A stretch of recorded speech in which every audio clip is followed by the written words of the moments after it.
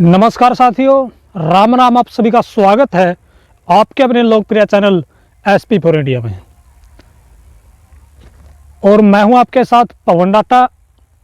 तो दोस्तों, आज हम बात करते हैं हमारा ये देश, हमारा ये भारत शुरू से लेकर ही आज तक और आगे तक भी संतों की भूमि रहा है। संत महात्माओं की ये भूमि रही है, इसलिए इसको पवित्र नगरी भी कहा जाता है, पवित्र देश, दुनिया में सबसे उच्च देश, गुरु देश भी माना जाता है, क्योंकि ये गुरु भूमि है, संत महापुरुषों की धरती है। और इस धरती को हम एक बार सजदा करते हैं, प्रणाम करते हैं। तो साथियों, आज समझ गए होंगे आप, आज हम जिस महान शख्सियत के बारे में चर्चा करने जा रहे हैं, उस महान पैगंबर के बारे में, उस महान ऋषि मुनि के बारे में आपसे बात करना चाह रहे हैं। आज हम उस महान तपस्वी के बारे में बात करने जा रहे हैं, जिन्होंने इस देश और समाज के लिए वो किया है जो आज तक कोई कर नहीं सका है। तो दोस्तों, ज़्यादा बात घुलाने की बजाय आपको समझाने की कोशिश करेंगे। आप समझिए गौर से, और उससे पहले आप ये वीडियो दोस्तों को शेयर कर दीजिएगा।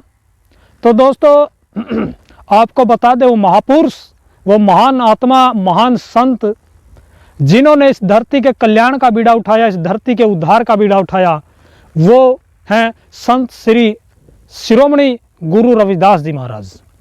जी हाँ दोस्तों, इनके जन्म के बारे में इतिहासकारों में अलग अलग मत हैं। कोई कहता है कि इनका जन्म 13वीं शताब्दी में हुआ, कोई कहता है 14वीं शताब्दी में हुआ। तो इनके बारे में काफ़ी जो भ्रांतियाँ हैं वो समाज में फैली हुई हैं।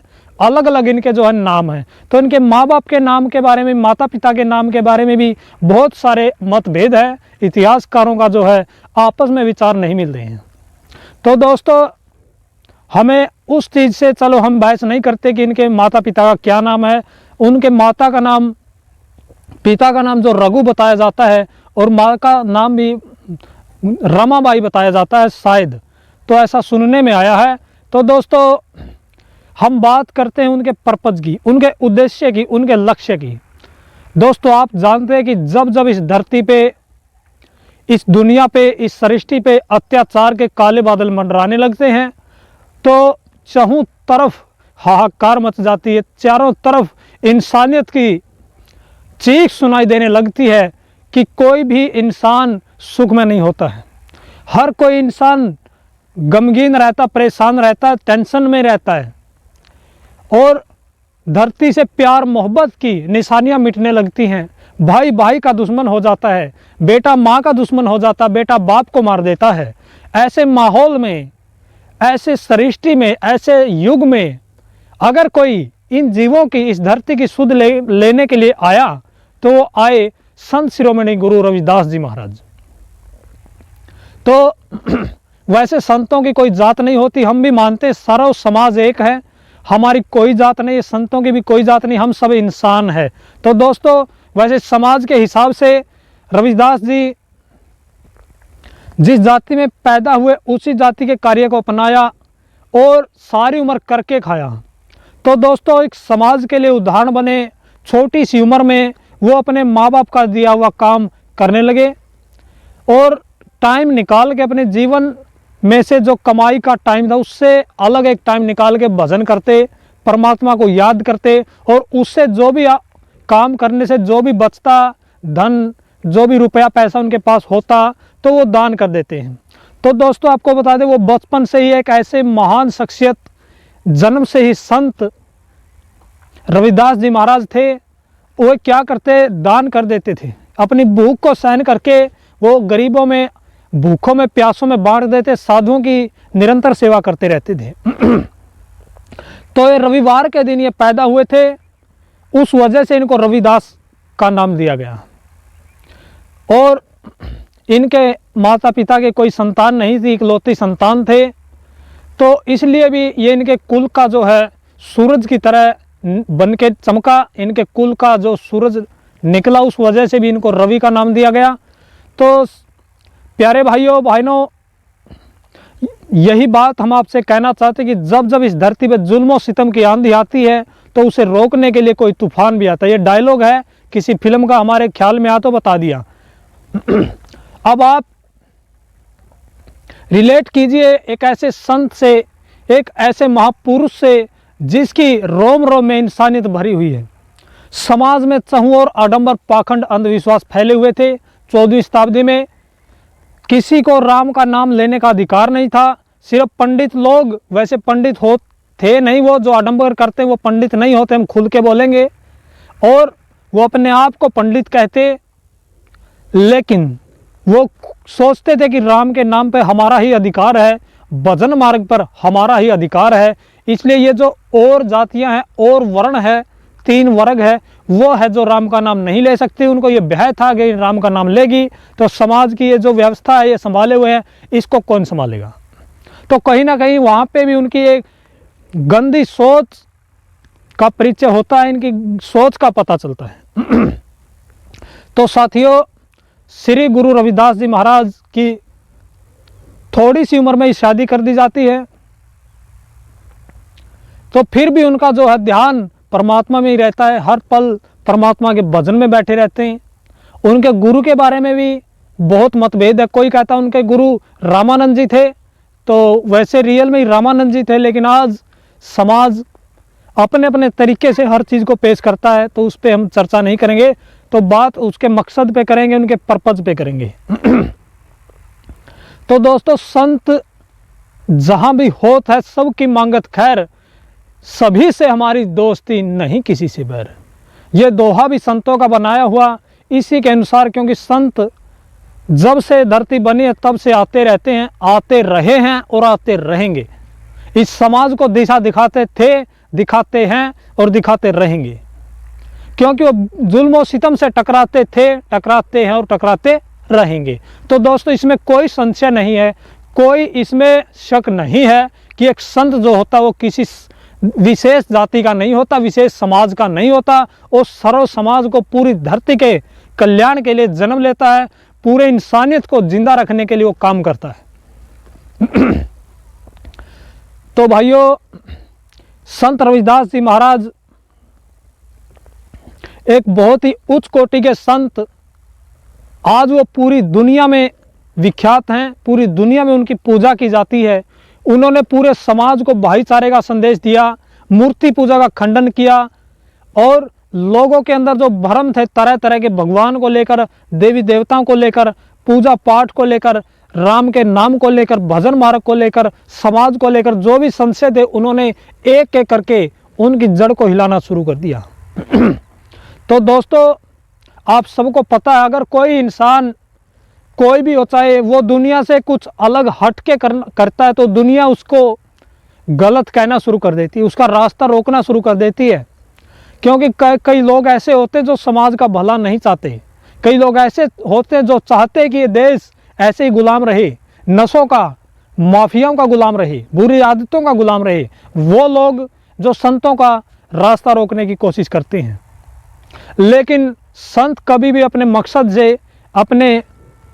से अपने जो मशरूम उनका होता है, जो उनका पर्पज होता है, उससे वो कभी भी पीछे नहीं हटते हैं। तो दोस्तों, आप सभी को पता संत रविदास जी के बारे में, वो पूरी दुनिया में जाने जाते हैं। उन्होंने भाईचारे और आपसी भेदभाव जो इंसान करते हैं, जो गलत सोच के इंसान हैं, जो इंसान में भेदभाव करते हैं, उनका उन्होंने पुरजोर तरीके से खंडन किया, विरोध किया। तो एक किस्सा आपको सुनाना चाहेंगे, रविदास जी से रिलेटेड करता हुआ छोटी सी बात आपको सुनाना चाहेंगे। एक बार वो भजन कर रहे थे, तो कुछ साधु जा रहे थे, उनके आपस में मतभेद हो रहे थे, विचार विमर्श हो रहे थे। वो बोले कि यार, ये गृहस्थी अच्छी होती है या फिर ये जो त्यागी तपस्वी होता है उसकी ज़िंदगी अच्छी होती है। दोनों में कंपेयरिंग करने लगे, दोनों की तुलना करने लगे, लेकिन उन्होंने समझ ही ना आए कि कौन सी ज़िंदगी अच्छी होती है, त्यागी तपस्वी वाली या फिर गृहस्थी वाली। तो इस समाधान को लेकर के वो रविदास जी के पास आए, क्योंकि उनकी ख्याति पूरे समाज में फैल चुकी थी। तो उनके पास आए, कहने लगे, महाराज जी राम राम, प्रणाम, सत साहिब, जो भी वो उनके तरीके थे। तो उन्होंने बोला, आओ जी, कैसे है। चाय पानी पीने के बाद उन्होंने बोला, हे महाराज जी, हे गुरुदेव, हे परमपिता परमेश्वर, आपकी ख्याति को हम भली भांति जानते हैं। इसलिए हमारे पास एक सवाल है, एक शंका है जिसका हमें समाधान नहीं मिल रहा, कई दिनों से हम ढूंढ रहे हैं। तो महाराज जी बोले कि भाई देखेंगे ज़रूर, जैसा मालिक ख्याल देंगे आपको बताएंगे, सीखने की कोशिश करेंगे। तो कहते बताओ भाई क्या सवाल है। तो बोले गुरुदेव हमें ये समझ नहीं आ रहा कि गृहस्थी की जीवन बढ़िया है या फिर त्यागी तपस्वी का, ज़िंदगी कौन सी बेस्ट है, कौन सी बढ़िया है। तो बोले भाई इसका जवाब तो आपको मिलेगा, लेकिन आज और कल, आज की रात और कल का दिन आपको यही मेरे पास रहना पड़ेगा, रुकना पड़ेगा। वो तीनों साधु, 3 थे या 2-3 जितने भी थे, वो सभी आपस में सलाह करते कि ठीक है हम यहाँ पे रुक जाते हैं। तो वो वहाँ पे रुक गए। तो रविदास जी महाराज अपना काम करते रहे। शाम हो गई, ठंड बढ़ रही थी, अंधेरा भी बढ़ रहा था। खाना खाने के लिए जैसे ही तीनों साधु बैठे और वो रविदास जी भी बैठे उनके सामने, तो अपनी पत्नी लूणा देवी या जो भी नाम था, अपनी धर्म पत्नी जो महाराज जी की थी, उनको कहने लगे हे देवी सूरज निकल आया है, इसलिए ये जो दीवा चसरा, जो दीपक चसा रखा है, इसको बंद कर दो, ऐसे ही काफ़ी ज़्यादा धूप आ गई है।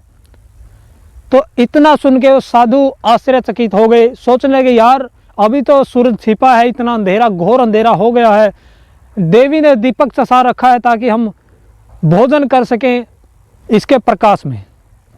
लेकिन रविदास जी कहने लगे हे देवी बहुत ज़्यादा धूप हो गई, आप इस दीपक को बंद कर दो। तो देवी जी ने वो दीपक तुरंत बंद कर दिया। और फिर रविदास जी कहते साधुओं भोजन करो, मैं भी करता हूँ। करने लगे तो कहने लगे हे देवी ये खीर तो बहुत ठंडी है, इसको दोबारा गर्म करके लाओ। तो 2-3 साधु सुन रहे थे, वो मन ही मन सोचते, आपस में एक दूसरे की आंखों में आंखें डाल के इशारे करते हैं कि यार खीर तो इतनी गर्म है कि खाई भी नहीं जा रही, और महाराज जी कह रहे हैं कि इसको दोबारा गर्म करो, खामखा देवी को परेशान कर रहे हैं। लेकिन वो भक्त नहीं थी उनकी, वो उनकी धर्मपत्नी तो थी ही, साथ में उनकी शिष्या भी थी, उनकी भक्तनी भी थी। तो वो झट से खीर को उठा के ले गई, दोबारा गर्म करके फिर लाई। तो इस तरह से और भी कई कारनामे किए जो उनको हैरान कर देने वाले थे। इसके बाद वो सभी साधु विश्राम करने के लिए चले जाते हैं, रविदास जी भी विश्राम करते हैं, प्रभु का नाम लेकर के। सुबह हो जाती है, तो सुबह होते ही परमात्मा का नाम लेकर के रविदास जी अपना काम शुरू करने लगे।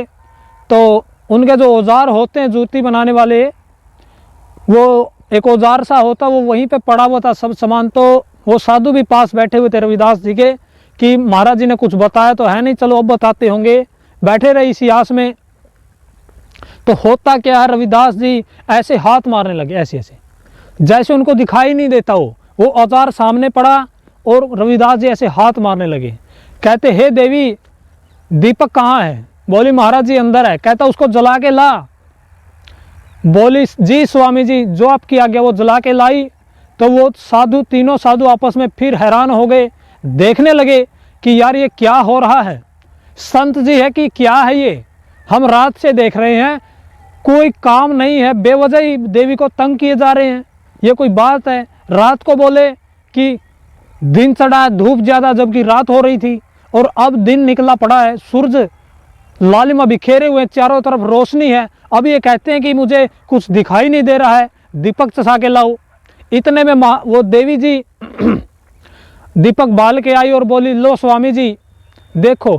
तो उसने वो दीवा बाल के देखा, तो वो कहता, महाराज जी कहते कि देवी मुझे वो औजार नहीं मिल रहा, ढंग से दीवा दिखाओ। तो वो आराम से दिखाने लगी और हाथ में पकड़ा दिया कि ले महाराज जी ये रहा। तो तब भी उनको साधुओं को अचंभा हुआ, हैरानी हुई कि ये क्या चक्कर है, समझ नहीं आ रहा। ये इनके हाथ के पास ही ये औजार पड़ा था, लेकिन इन्होंने पता नहीं जानबूझ के आंख मीची या क्या किया, ये औजार भी इनको दिखाई नहीं दे रहा। तो इतनी सुन के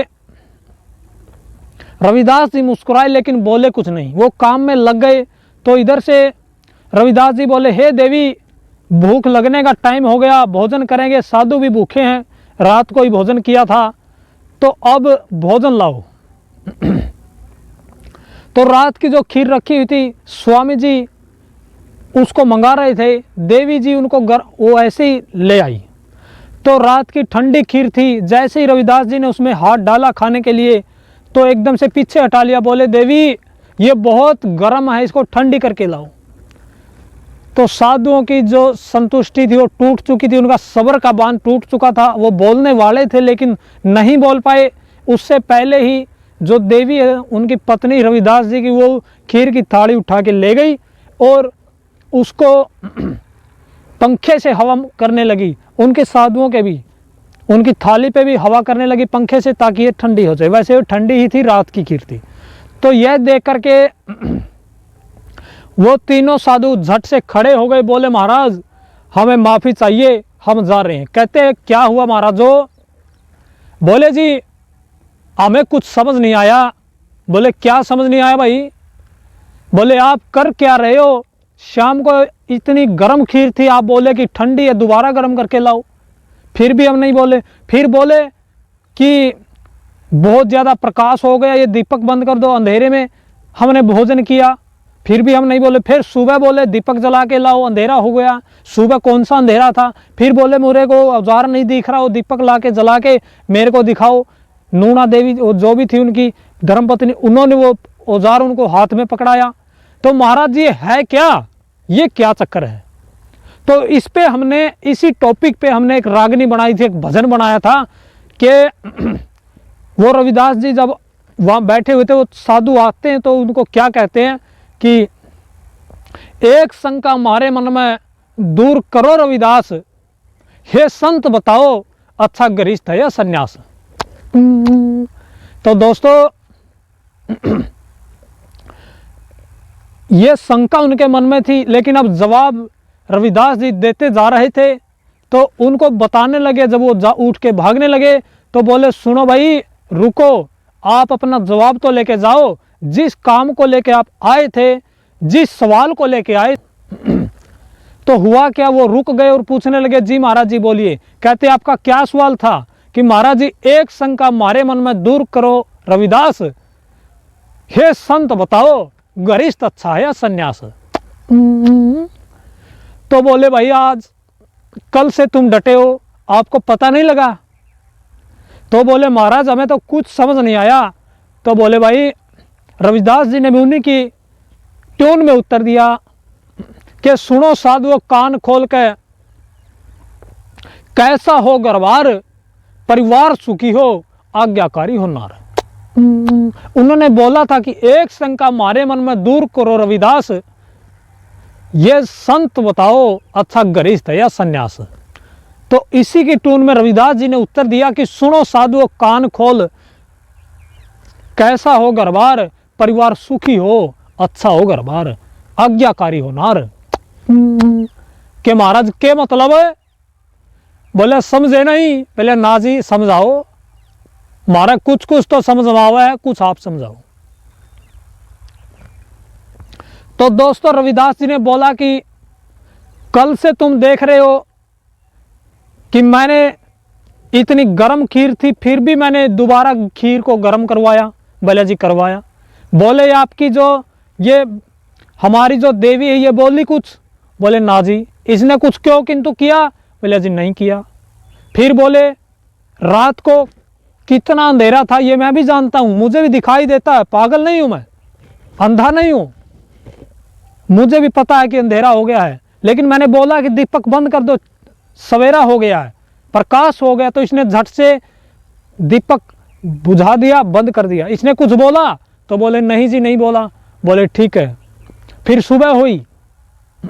सुबह जब मैं काम कर रहा था, सुबह सूरज निकल चुका था, लालिमा बिखेर चुका था चारों तरफ।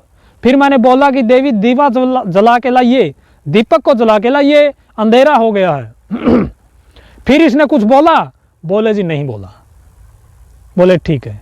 फिर जब हम खाना खा रहे थे, खीर कितनी ठंडी थी मुझे ही पता, रात की खीर थी, सारी रात ऊपर से गुजर गई, वो कहाँ से गर्म थी मुझे भी पता है। लेकिन मैंने फिर से उसको बुलाया और बोला कि पंखे से साधुओं की भी खीर ठंडी कर, मेरी भी कर। उसने कुछ बोला? नहीं किया, नहीं बोला।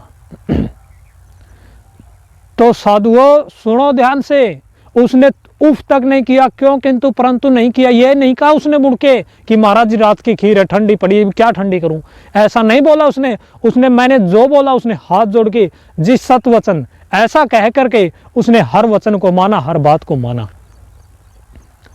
तो ऐसा बोल करके कि जब हम खाना खा रहे थे खीर ठंडी थी, मैंने फिर से ठंडी करवाई। फिर ये जो औजार मेरे को दिख रहा था ये मैंने उसके हाथ से पकड़ा। उसने कुछ बोला? बोले जी नहीं बोला। कहते अगर आपकी जो घरवाली ऐसी हो तो आपको गृहस्थी बचाने का अच्छा लगेगा, गृहस्थी बचा लेनी चाहिए। अगर आपकी जो घरवाली वो ऐसी है कि आपकी बात बात पे क्यों किंतु परंतु करे, आपकी बात को समझने की बजाय आपसे सवाल करे, तो वो कोई काम की नहीं है। ऐसी औरत, ऐसी गृहस्थी से तो त्याग ही ले लो, वो अच्छा है। तो तीनों साधुओं की आंखें चुंधिया गई, थर थर कांपने लगे कि महाराज जी हमें समझ में आ गया। तो हाथ जोड़ के कहने लगे गुरुदेव हमें अपना शिष्य बना लीजिए, आप तो ब्रह्म ज्ञानी संत है, पूर्ण परमात्मा के अवतार हो, आप हमें अपना शिष्य बना लीजिए। तो उन्होंने उन तीनों महात्माओं को भी अपना शिष्य बना लिया। इस प्रकार उन्हें ज्ञान की प्राप्ति हुई, उनका जो शंका थी वो दूर की, और रविदास जी ने उनकी ही नहीं ऐसे ऐसे पता नहीं करोड़ों अरबों ऐसे कारनामे किए हैं जो आज तक किसी ने नहीं किए। तो दोस्तों हमारा कहने का मतलब यही है कि संत, जो भी संत इस जगत में आते हैं उस समाज के भले के लिए आते हैं। एक जगह लिखा है सरवर तरवर तरवर फल नहीं खात है, सरवर पीवन नीर, परमार्थ के कारण संतन भयो शरीर। कि इस दुनिया में जो तरवर होते, जो पेड़ पौधे होते, वो अपना फल खुद नहीं खाते। जो सरवर होता है, जो जोड़ होता है, जो समुद्र होता है, वो अपना पानी खुद नहीं पीता। परमार्थ के कारण संतन भयो शरीर। दूसरों के काम सुधारने के लिए, दूसरों को खुशी देने के लिए, दूसरों का जीवन नरक से सुर्ग बनाने के लिए आते हैं संत। वो अपना शरीर धार के आते हैं। संत की एक और बात आपको बता दें कि संत वो नहीं है जो यहाँ पे लाल लत्ते ले लिए, भगमा बाणा ले लिया, सुल्पा पी लिया, वो संत नहीं है। संत, पूर्ण संत की परिभाषा अगर मेरे दिमाग से समझो तो वो है जो परमात्मा उसको भेजता है, अपना नूर दे के, अपना प्रकाश दे के, अपनी शक्तियां दे के रखे, उसको इस धरती पे जन्म से ही वो उसको संत पैदा करता है। ना कि ऐसे ही घूम फिर के कोई साधु मिल गया, उसका सत्संग ले लिया और संत बन गया, ऐसे नहीं संत बनते। खुद परमात्मा ही उनको जन्म से ही संत पैदा करता है, वो अलग होते हैं, वो रब्बी जोत होते हैं। तो दोस्तों संत जहाँ भी होता है सबकी मांगत खैर, सभी से हमारी दोस्ती नहीं, किसी से बैर, उनका किसी से भी कोई बैर विरोध नहीं होता है, किसी से भी इतना लगाव नहीं होता है। तो रविदास जी के गुरु रामानंद जी थे, तो उनके जो है परिनिर्वाण के बारे में भी हम ज़्यादा नहीं बता सकते, क्योंकि इतनी अलग अलग जानकारी मिलती जहाँ पे भी हम पढ़ते हैं या सुनते हैं नेट पे या जहाँ पे भी, क्योंकि अलग अलग मतभेद है, उसमें बहुत लंबी वीडियो बन जाएगी। हम नहीं चाहते यहाँ से कि आपको कुछ झूठ परोसा जाए, इसलिए हम उस टॉपिक को छेड़ते ही नहीं हैं। तो दोस्तों ये बात थी आपके बीच में संत रविदास जी महाराज की, और ऐसे संत को हम बार बार प्रणाम करते हैं, नमस्कार करते हैं। और आपको कहना चाहेंगे कि समय समय का खेल है, समय समय के लोग ऐसा समझिए आप, क्योंकि संत जो होता है वो मौके का होता है। संत रविदास जी 13वीं-14वीं शताब्दी में जब भी थे वो संत थे, महान महान पुरुष थे। लेकिन आज ऐसा नहीं है कि संत नहीं है, फर्क इतना कि हम समझ पा नहीं रहे, हम है ना अपना दिमाग उस पर लगा नहीं रहे उस दिशा में। संत तो आज भी हैं, क्योंकि संतों से कभी ये धरती खाली ना हुई, ना है, ना कभी होगी। तो दोस्तों ज़्यादा स्पीच नहीं देंगे, बस आपसे विचार विमर्श करना था गुरु रविदास जी महाराज के जो अवतार दिवस है, जो अवतार महीना, अवतार ये उनका कल है। तो पूर्णिमा के दिन उन्होंने अवतार लिया था, तो उसकी आपको लाख लाख बार बधाई हो। और हमारे कहने में कोई मिस्टेक हुई हो, कोई गलत बात निकल गई हो मुंह से जो आपको पसंद ना आई हो, उसके लिए हम क्षमा याचना करते हैं। और आपको बता दें कि अगर आपने इस चैनल को सब्सक्राइब नहीं किया है तो जल्दी से सब्सक्राइब कर लें और घंटे के बेल आइकन को भी प्रेस कर लें, ताकि समाज में हम ऐसी ही वीडियो हर रोज़ लाते रहें, आप उनको देखते रहें और समाज में अच्छी अच्छी वीडियो घूमने फिरने लगे और समाज का कुछ हद तक माहौल ठीक हो सके। तो धन्यवाद दोस्तों, आप सबका नमस्कार।